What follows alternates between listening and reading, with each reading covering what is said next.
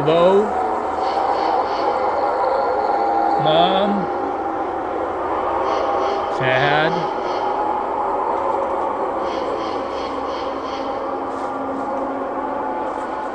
Person with a chain in their hand? Hello? Who's there?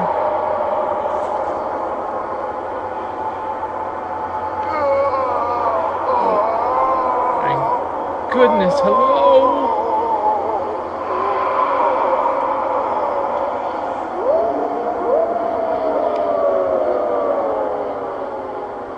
Hey, how's it going? Welcome to the special Halloween edition of Mr. Gibson's videos. So yeah, I'm Two-Face, by the way, if you haven't already guessed. Right? From the Batman movies, The Dark Knight. Half normal, half burnt and scarred and angry, right? This side's angry. This side's pleasant, rational.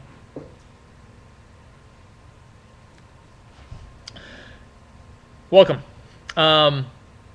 So this week is our final week of mythology. Whoa, kind of fell back there. This week is our final week of mythology.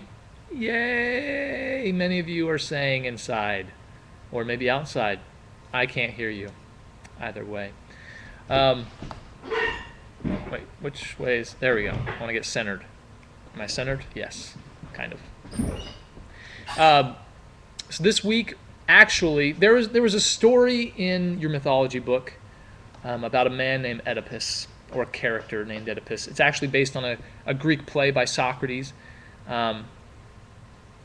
And he wrote a play called Oedipus Rex, which means Oedipus the king. Rex means the king, right? Tyrannosaurus Rex, the king of the dinosaurs. Rex, king.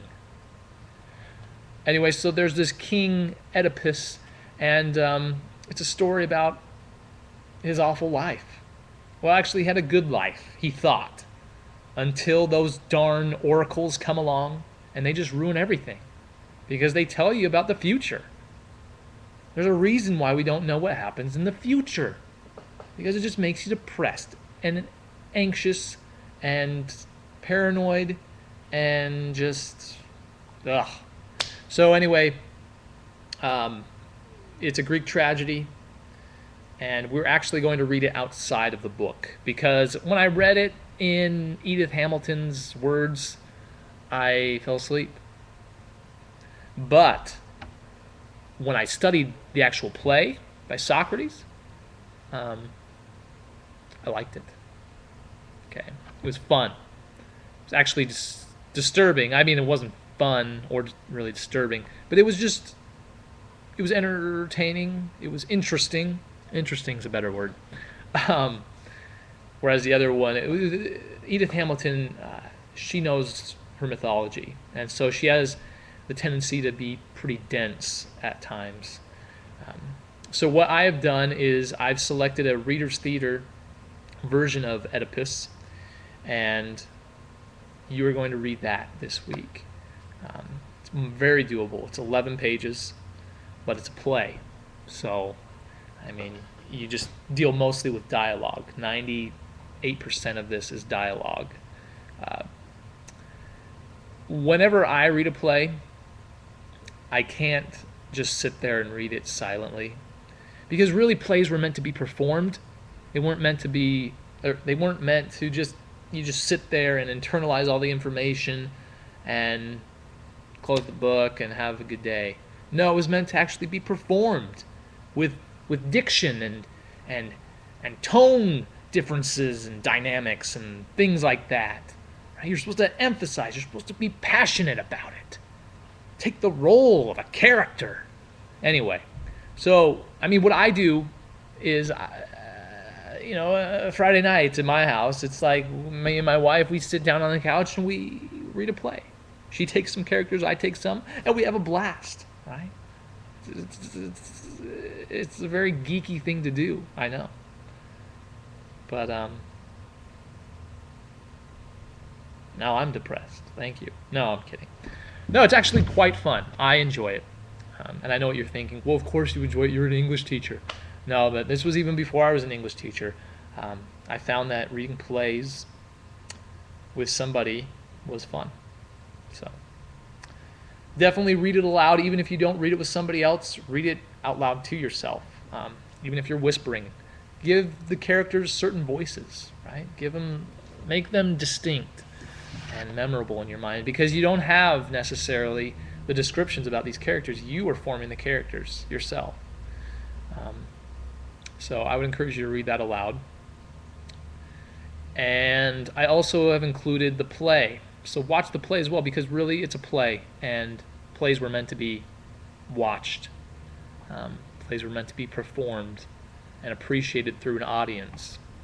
And so I've included a version of Oedipus Rex for you to watch. Unfortunately, YouTube cannot have a succinct version of this. It has to be broken up into parts, so you'll have to click on several parts. I apologize for that, but it's definitely worth it. One way or another, I would encourage you to read both, or read and watch them both. But as long as you do one, I'm fine with that, because doing either will get you the gist of the story. Reading both of them together will really, concrete it into your mind, or cement it. Anyway, it's gonna make it hard. It's gonna make it stick into your mind. I think that's about it. Take the test at the end, and you'll be golden. Okay. So I would just like to say,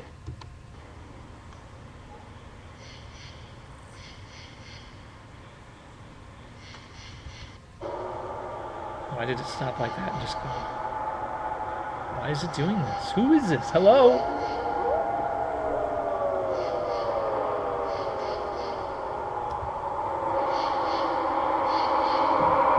Hello? I'm sorry, just 1 second. Hello? Hello?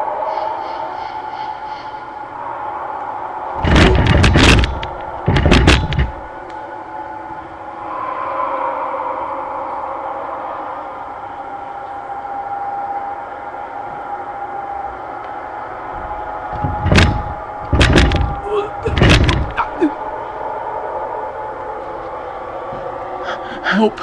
Help me!